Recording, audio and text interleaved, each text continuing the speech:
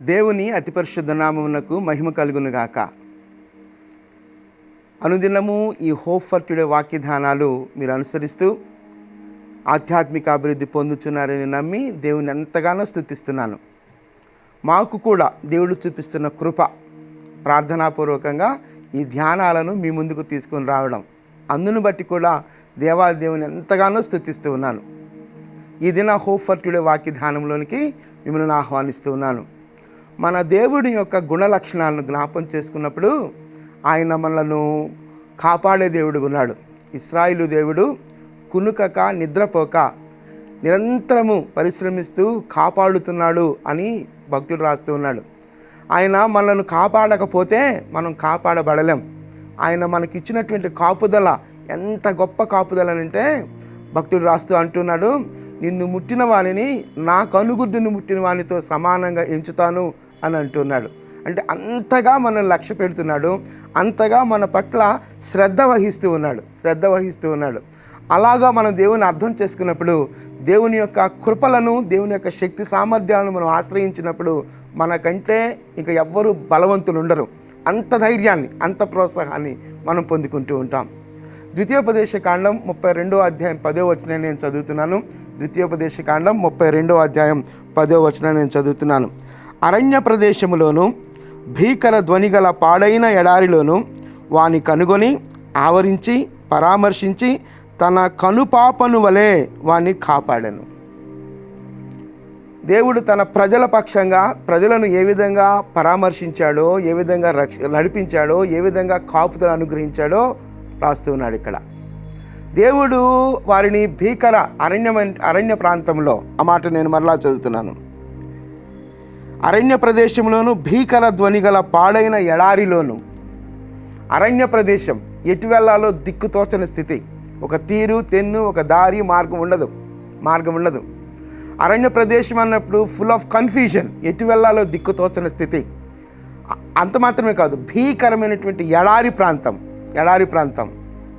అంటే ఎడారి ప్రాంతం అంటే ఫుల్ ఆఫ్ డ్రైనెస్, ఎండిన స్థితి.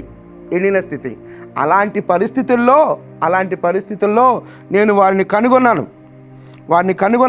వారిని ఆవరించాను, పరామర్శించాను, కనుపాప వలె వారిని కాపాడాను.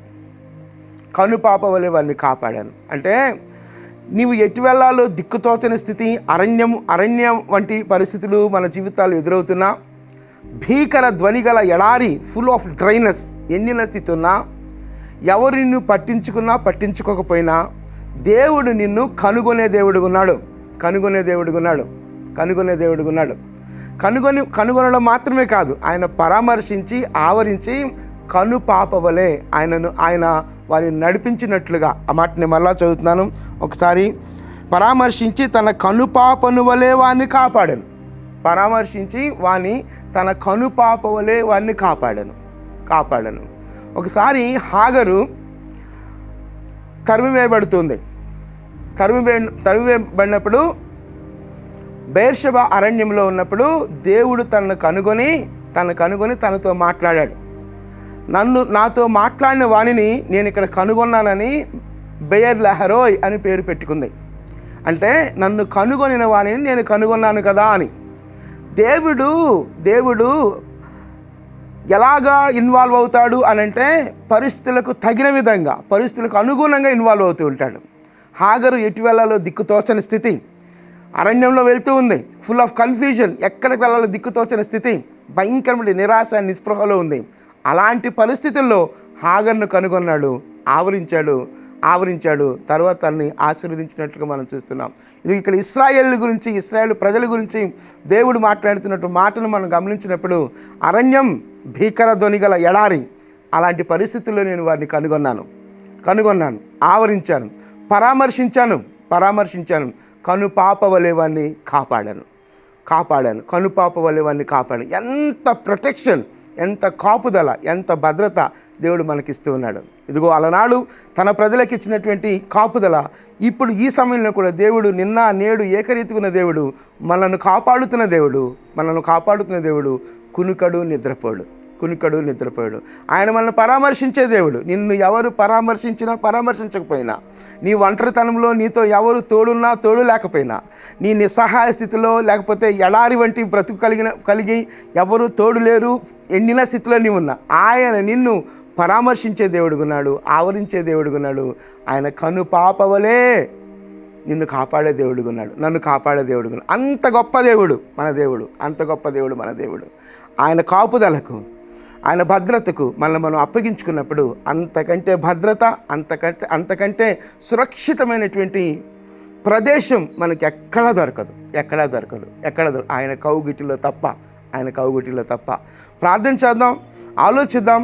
దేవుడు మనల్ని పరామర్శిస్తూ ఉన్నప్పుడు ఆ పరామర్శను పొందుకుంటూ, దేవుడు మనల్ని ఆవరిస్తూ ఉన్నప్పుడు ఆదరణ పొందుకుంటూ, దేవుడు మనల్ని బలపరుస్తూ ఉన్నప్పుడు ఆ బలాన్ని స్వీకరిస్తూ, దేవుడు మనల్ని నడిపిస్తూ ఉన్నప్పుడు, దేవుని ఆలోచన మేరకు మనం నడుస్తున్నప్పుడు, అది ఎలాంటి భీకర ధ్వని గల ఎడారి వంటి బ్రతుకైనప్పటికీ దేవుడు మనల్ని పట్టించుకునే దేవుడుగున్నాడు. కను పాపవలే వాడిని కాపాడేదని అంటున్నాడు. అంత గొప్ప కాపుదల మనకిస్తున్నప్పుడు ఆ దేవాది దేవుని సన్నిధిలో, దేవా మౌనంగా మనం దేవుని సన్నిధిలో సమర్పించుకుని, దేవా నాకు అత్యంత సురక్షితమైనటువంటి ప్రదేశం నీ సన్నిధే ప్రభా అంటూ నిత్యము ఆయన సన్నిధిని కోరుకునే వారంగా, ఆయన సాన్నిహిత్యాన్ని మనం కోరుకునే వారంగా ఉన్నప్పుడు ఉన్నతమైనటువంటి ఆశీర్వాద అనుభవాలు మనం పొందుకుంటాం. అంతకంటే ప్రాముఖ్యంగా దేవుని కాపుదలను నిత్యము మనం అనుభవిస్తాం. అనిశ్చితకరమైనటువంటి దేశంలో, అనిశ్చితకరమైనటువంటి పరిస్థితుల నడుమ ఆయన కాపుదల కొరకు ఎప్పుడు మనం అప్పగించుకోవలసిన వారమై ఉన్నాం. ఆయన కాపుదలను ఎప్పుడు మనం అనుభవించే వారంగా ఉంటాం. ప్రార్థన చేద్దామా?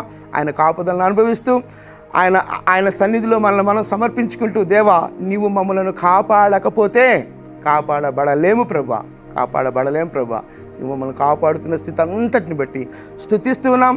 ఇక మీదట కూడా నీ కాపుదలకు మమ్మల్ని మేముగా సమర్పించుకుంటున్నాం ప్రభు అంటూ ప్రార్థించేద్దాం. మహోన్నతుడా, కృపగలిగిన దేవా, దయగలిగిన మా తండ్రి, నా దేవా, నీవు మమ్మలను విడిచిపెట్టే దేవుడు కాదు ప్రభు. అది అరణ్యమైనను భీకర ధ్వని గల ఎడారి అయినను, నా దేవా, మమ్మల్ని ఆవరించే దేవుడవు, మమ్మల్ని పరామర్శించే దేవుడవు, మమ్మలను నా తండ్రి కనుపాపవలే కాపాడే దేవుడవు, మమ్మల్ని నడిపించే దేవుడవు. ఎంత గొప్ప దేవుడో ప్రభువా. నీ కృపలన్నిటినీ తలంచుకున్నప్పుడు మీ సన్నిధిలో మమ్మల్ని మేముగా సమర్పించుకుంటూ, ఇక మీదట కూడా మీ కాపుదల కొరకాయ, మీ ఆలోచన కొరకాయ, మీ పరామర్శ కొరకాయ, నా దేవ మమ్మల్ని మేముగా మీ సన్నిధికి సమర్పించుకుంటూ సమస్త ఘనత, మహిమ, ప్రభావాలు మీరు మాత్రమే పొందుకోమని యేసుక్రీస్తు అతి శ్రేష్టమైన నామంలో ప్రార్థించి స్తుతించి వేడుకొనుచున్నాం తండ్రి. ఆమేన్. ప్రభు సన్నిధి నిత్యము మనకు తోడయ్యుండునుగాక. ఆమేన్.